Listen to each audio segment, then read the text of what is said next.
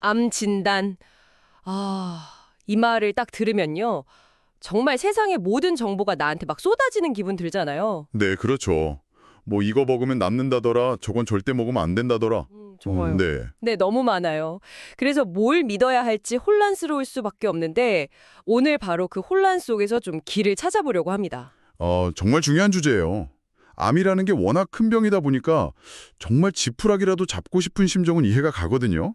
근데 잘못된 정보는 오히려 해가 될 수 있으니까요. 맞아요. 오늘 저희가 여러 자료들을 좀 깊이 보면서 암 환자 영양 관리 그리고 이제 보충제 문제 이 부분에 대해서 좀 파고들어 보려고 합니다. 네. 뭐가 진짜 중요하고 또 뭘 좀 조심해야 하는지 그 핵심만 딱 뽑아서 전달해 드리는 게 목표입니다. 좋습니다. 이 정보의 홍수 속에서 길을 잃지 않도록 좀 믿을 수 있는 등대가 되어드린다.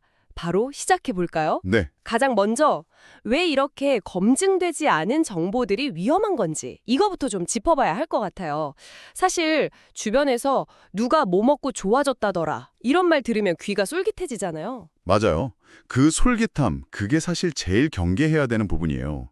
자료 보니까 암 진단 후에 환자나 가족분들이 엄청난 정보에 노출되는데 마음이 너무 절박하니까요. 그렇죠. 네. 기적의 치료법처럼 들리는 이야기에 쉽게 흔들리시는 거죠. 근데 이런 이야기들은 대부분 그냥 개인적인 경험담일 뿐이고 의학적인 근거는 좀 부족한 경우가 많더라고요. 근데 그 시중에 보면 건강기능식품도 있고 건강보조식품도 있던데 이건 좀 다른 건가요? 뭔가 하나는 좀 더 믿을 만한 건가 싶기도 하고요. 아, 네. 좋은 질문인데요. 건강기능식품은 식약처 인증 마크가 있긴 하죠. 네네. 근데 중요한 건 이 마크가 암 치료 효과를 보증하는 건 아니라는 거예요. 주목적은 어디까지나 영양소 보충, 아니면 뭐 생리활성 기능 증진 이 정도거든요. 아, 치료약은 아니군요. 그렇죠.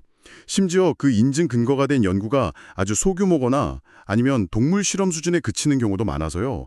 효과를 너무 믿으시면 안 돼요. 그럼 그 차가버섯이나 뭐 상황버섯, 야채수 같은 건강 보조식품들은요. 그냥 자연에서 온 거니까 안전하겠지 이렇게 생각하기 쉽잖아요. 그게 바로 흔한 오해 중 하나예요. 자연산 이꼴 안전. 이 공식은 성립하지 않아요. 식물 자체에도 독성이 있을 수 있고요. 아, 그래요? 네. 그리고 특정 성분이 항암 치료나 방사선 치료 효과를 오히려 방해하거나 아니면 예상치 못한 부작용을 일으킬 수도 있거든요. 실제로 이런 보조식품들은 의학적 근거가 매우 부족하고 이걸 막 드시다가 간이나 신장에 심각한 손상을 입는 경우도 보고되고 있어요. 와, 생각보다 훨씬 위험할 수 있네요. 그 국립암센터 명순권 교수님 같은 전문가분들이 암 치료나 재발 방지에 특별한 음식이나 영양소는 없다. 이렇게 강조하시는 이유가 있었네요. 잘못 먹으면 오히려 암이 더 나빠질 수도 있다는 거잖아요. 정확합니다. 그리고 또 하나 아셔야 할 게 출판 편향이라는 문제도 있어요. 출판 편향요? 네. 쉽게 말하면 연구 결과가 좀 긍정적으로 나온 경우에만 주로 발표되는 경향을 말해요. 효과가 없거나 좀 부정적인 연구 결과는 잘 안 드러나니까 우리가 접하는 정보가 실제보다 더 좋아 보일 수 있다는 거죠. 와, 아니 그럼 우리가 보는 정보가 이미 좀 걸러진 결과일 수 있다는 거네요. 오, 이거 정말 충격적인데요. 결국 뭐 카더라 통신이나 광고만 믿고 뭘 막 섭취하는 건 절대 안 되겠군요. 그럼 이 혼란 속에서 암 환자가 가장 먼저 붙잡아야 할 원칙, 이건 뭔가요? 그건 단연코 균형 잡힌 식사입니다. 암 치료라는 게 긴 싸움이잖아요. 이걸 버텨내려면 충분한 에너지랑 영양 공급이 필수적이거든요. 네. 여러 자료에서 공통적으로 강조하는 최우선 원칙이 바로 충분한 열량과 단백질 섭취를 목표로 한 균형 잡힌 식사 이거예요. 무슨 특별한 비법 찾기 전에 기본에 충실해야 합니다. 균형 잡힌 식사. 말은 쉬운데 구체적으로 어떤 걸까요? 항암 치료 중에는 입맛도 없고 기운도 없을 텐데 말이죠. 그렇죠. 그래서 몇 가지 좀 현실적인 팁이 필요해요. 자료에 나온 예를 보면 밥은 뭐 반 공기에서 한 공기 정도, 단백질은 소화 잘 되는 두부, 콩, 달걀, 생선 위주로요. 아, 네네. 그리고 채소 반찬은 몇 끼니 두 종류 이상, 과일도 하루 한두 번 정도 챙겨 드시는 게 기본이고요. 맵고 짜고 탄 음식은 좀 피하고요. 근데 말씀하신 것처럼 식욕 부진이 문제일 수 있잖아요. 네, 그게 제일 힘들죠. 이럴 땐 하루 3끼에 넘어 얽매이지 마시고 한 6번에서 8번 정도로 나누어서 조금씩 자주 드시는 게 도움이 돼요. 억지로 먹기 힘들다면 뭐 핫초코나 과일 주스처럼 마시기 편하면서 칼로리가 높은 음료를 활용할 수도 있고요. 단백질 섭취 늘리는 것도 중요하다고 하셨죠. 네, 맞아요. 치료 과정에서 손상된 세포를 재생하고 또 면역력을 유지하려면 단백질이 꼭 필요하거든요.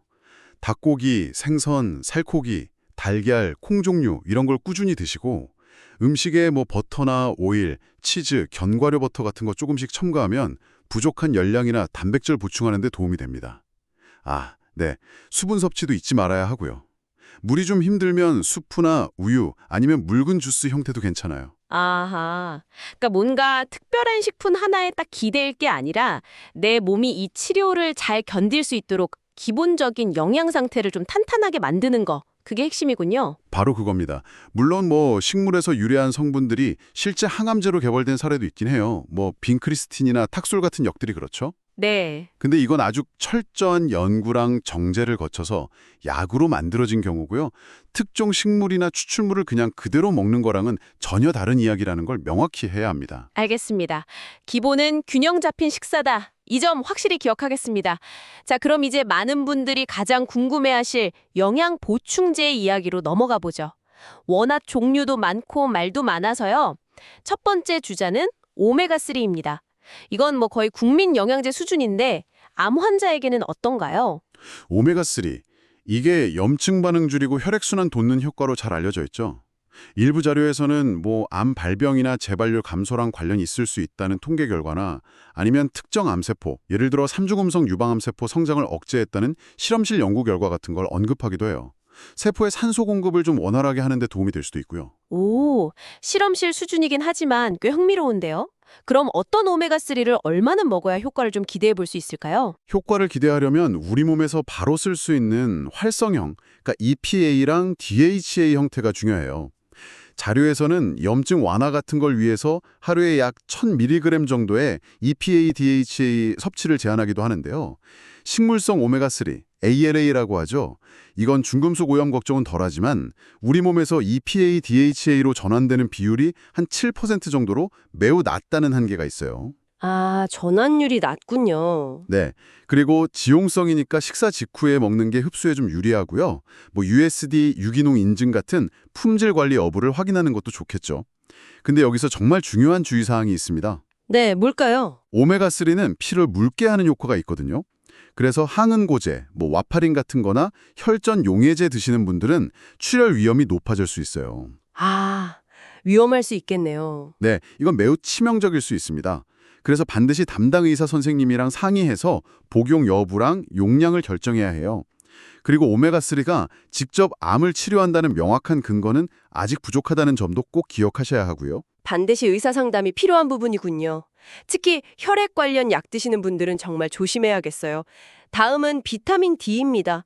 이것도 암 환자에게 중요하다고 들었는데요. 네, 실제로 많은 암 환자분들이 비타민 D 결핍 상태라는 보고가 꽤 있어요. 아, 정말요? 네, 비타민 D가 뼈 건강 외에도 세포 성장 조절이나 면역 기능 강화 같은 다양한 역할을 하거든요. 일부 연구에서는 비타민 D가 암세포 증식을 억제하고 자연 사멸을 유도하는데 좀 긍정적인 영향을 줄 수 있다고 보고하기도 하고요. 결핍이 흔하다니 그럼 좀 적극적으로 보충하는 게 좋겠네요. 어느 정도 수준을 목표로 해야 할까요? 자료에서는 혈중 비타민 D 농도를 한 60에서 70 나노그램 퍼 밀리리터 수준으로 유지하는 걸 목표로 제시하기도 해요. 일반적인 권장량보다 좀 높은 종량? 예를 들면 하루 5,000 IU 정도를 일정 기간 복용해서 목표 수치에 도달한 다음에 유지 용량으로 뭐 하루 4,000 IU 정도로 조절하는 방식을 제안하기도 하는데요. 네. 근데 이건 어디까지나 예시일 뿐이고요. 개인차가 크기 때문에 반드시 혈액 검사를 통해서 현재 상태를 확인하고 의사 선생님과 상의해서 용량을 결정해야 합니다. 아, 혈액 검사가 필수군요. 이것도 그냥 막 먹으면 안 되겠네요. 그럼요. 비타민 D는 지용성이라 몸에 쌓이거든요. 과다 섭취하면 혈중 칼슘 농도가 비정상적으로 높아지는 고칼슘 혈증이 생길 수 있어요. 이게 뭐 구토, 설사, 근육통, 피로감 이런 걸 유발하고 심하면 신장 손상까지 일으킬 수 있거든요. 여러 영양제를 드신다면 총 비타민 D 함량을 꼭 확인해야 하고요. 알겠습니다. 다음은 정말 핫한 성분이죠. 강황의 커큐민. 항암 효과로 엄청나게 언급되는데 이건 어떤가요? 커큐민. 정말 강력한 항염, 항산화 효과로 유명하고요. 실험실 연구에서는 정말 다재다능한 면모를 보여요. 암세포 증식, 전이, 혈관 생성 억제, 삼열 유도, 이런 다양한 항암 기전이 보고됐죠. 항암이나 방사선 치료 부작용 완화에 도움이 될 수 있다는 기대도 있고요. 그런데 커큐민은 먹어도 흡수가 잘 안 된다는 게 문제 아닌가요? 그것 때문에 말이 많던데요. 정확히 보셨습니다. 네. 그게 커큐민의 가장 큰 딜레마예요. 연구에서 효과를 보인 양이 하루에 2g에서 8g 정도인데 우리가 보통 먹는 카레 한 접시에는 커큐민이 0.05g, 그러니까 50mg 정도밖에 안 들어있어요. 50mg이요? 와, 그럼 그 연구 효과를 보려면 네, 하루 5g을 먹으려면 카레 100인분을 먹어야 한다는 계산이 나오죠. 음책으로는 어림도 없는 양이에요. 100인분이라니 게다가 흡수율 자체도 낮다고요? 네, 물에 잘 안 녹는 지용성인데다 장에서 흡수되는 비율도 낮고 흡수된다 해도 몸 안에서 금방 분해되어 버려요. 그래서 요즘엔 흡수율을 높이려고 커큐민 입자를 아주 작게 만드는 나노 기술이나 리포솜이라고 하는 지방 주머니에 싸는 기술 같은 게 개발되고 있죠. 아, 그럼 그런 특수 가공된 제품을 고르면 되겠네요. 흡수율 높인 거요? 바로 여기서 아주 신중한 접근이 필요합니다. 자료에서는 바로 그 점을 경고하고 있어요. 이런 최신 기술로 가공된 제품들이 암 환자에게 장기적으로 안전한지, 그리고 정말 실험실에서처럼 효과를 내는지에 대한 데이터가 거의 없다는 거예요. 아, 데이터가 없군요. 네, 천연물 자체는 오래 사용되어 왔지만 인위적으로 가공하거나 특정 성분만 고농축했을 때 예상치 못한 부작용이 나타난 사례들이 과거에도 있었거든요. 따라서 암 환자의 경우에는 효과보다는 안전성을 최우선으로 고려해야 하고요. 검증되지 않은 고흡수율 제품보다는 차라리 잘 관리된 유기농 천연물 형태를 고려하는 게 더 안전할 수 있다는 의견입니다. 효과 이전의 안전성, 정말 중요한 원칙이네요. 효과가 아무리 좋아도 몸에 해가 되면 절대 안 되니까요. 다음은 글루타치온, 일명 패곡주사 성분인데요. 이건 어떤가요? 글루타치온은 우리 몸의 중요한 항산화제 중 하나죠. 강력한 항산화 능력 덕분에 신경계 질환이나 다른 분야에서도 사용되기도 하고요. 근데 먹는 형태로는 효과를 보기 좀 어렵고 주로 주사제로 사용됩니다. 그런데 이것도 항암 치료 중에는 주의해야 한다면서요. 그건 왜 그런 건가요? 네, 그게 핵심입니다. 글루타치온은 고용량 비타민C 요법의 효과를 상쇄시킬 수가 있어요. 아, 그래요? 네. 고용량 비타민C가 암세포를 공격하려고 만드는 활성산소를 글루타치온이 제거해버리기 때문이죠. 일부 항암제도 이 활성산소를 이용하는 기전이 있어서 글루타치온이 항암 치료 자체를 방해할 가능성이 있어요. 그럼 글루타치온은 암 환자에게 아예 금기인가요? 맞으면 안 되는 거예요? 꼭 그렇지는 않습니다. 항암 치료로 인한 부작용, 예를 들어서 심한 신경 손상이나 부종 같은 걸 완화하기 위해서 의사의 판단 하에 좀 제한적으로 사용될 수는 있어요. 아, 네. 하지만 일상적인 컨디션 관리나 경미한 부작용 개선을 위해서 무분별하게 맞는 것은 치료에 방해가 될 수 있으니 피해야 합니다. 암 예방이나 치료 후 관리 목적이라면 모르겠지만 활성 항암 치료 중에는 반드시 의사와 상의해서 꼭 필요한 경우에만 신중하게 사용해야 합니다. 고용량 비타민C 이야기가 나왔으니 이것도 짚고 넘어가죠. 메가도스 요법이라고 해서 관심 갖는 분들이 많던데요. 효과가 있나요? 고용량 비타민C 요법은 안타깝게도 암 치료 효과가 명확히 입증되지 않았다는 것이 현재 의학계의 중론입니다. 여러 임상 연구에서 생존율 향상 같은 뚜렷한 항암 효과를 보여주지 못했고요. 오히려 일부 연구에서는 좀 부정적인 결과도 나왔어요. 아, 효과가 없군요. 네, 한 50년 전에 긍정적인 보고가 있긴 했지만 그 당시 연구 방법론이 한계 때문에 지금은 받아들여지지 않고 있습니다. 그럼 아무런 이득이 없는 건가요? 암 자체를 치료하는 효과는 기대하기 어렵지만 일부 자료에서는 암 환자의 피로도 감소에는 좀 도움이 될 수 있다는 가능성을 언급하기도 해요. 근데 이것도 확실한 건 아니고 속쓰림이나 설사, 신장결석 같은 부작용 위험도 고려해야 하고요.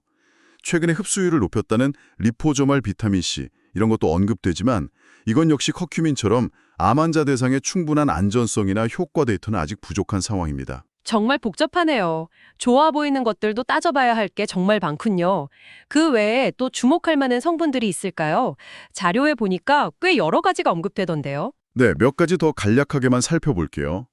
양파 껍질에 많은 퀘레세틴이라는 성분은 강력한 항산화, 면역 강화 효과로 알려져 있고요. 일부 암세포 증식 억제 보고도 있습니다. 다만 이것도 흡수율이 낮아서 리포조말 영태나 브로멜라인 병용 제품이 언급되기도 하고요. 네. 베르베린이라는 성분도 좀 흥미로운데요. 당뇨병 치료제랑 유사한 혈당 조절 효과로 주목받고 내장 지방 감소나 암 억제 관련 연구도 진행 중이에요.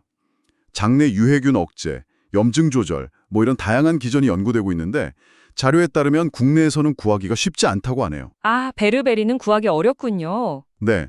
그래서 만약 해외 구매 같은 걸 통해 복용한다면 낮은 용량부터 시작하고 임산부나 수요부는 피해야 합니다. 유산균은 어떤가요? 많이들 드시던데? 유산균은 항생제 복용 후 설사 예방이나 아토피 피부염 개선에는 효과가 입증됐어요.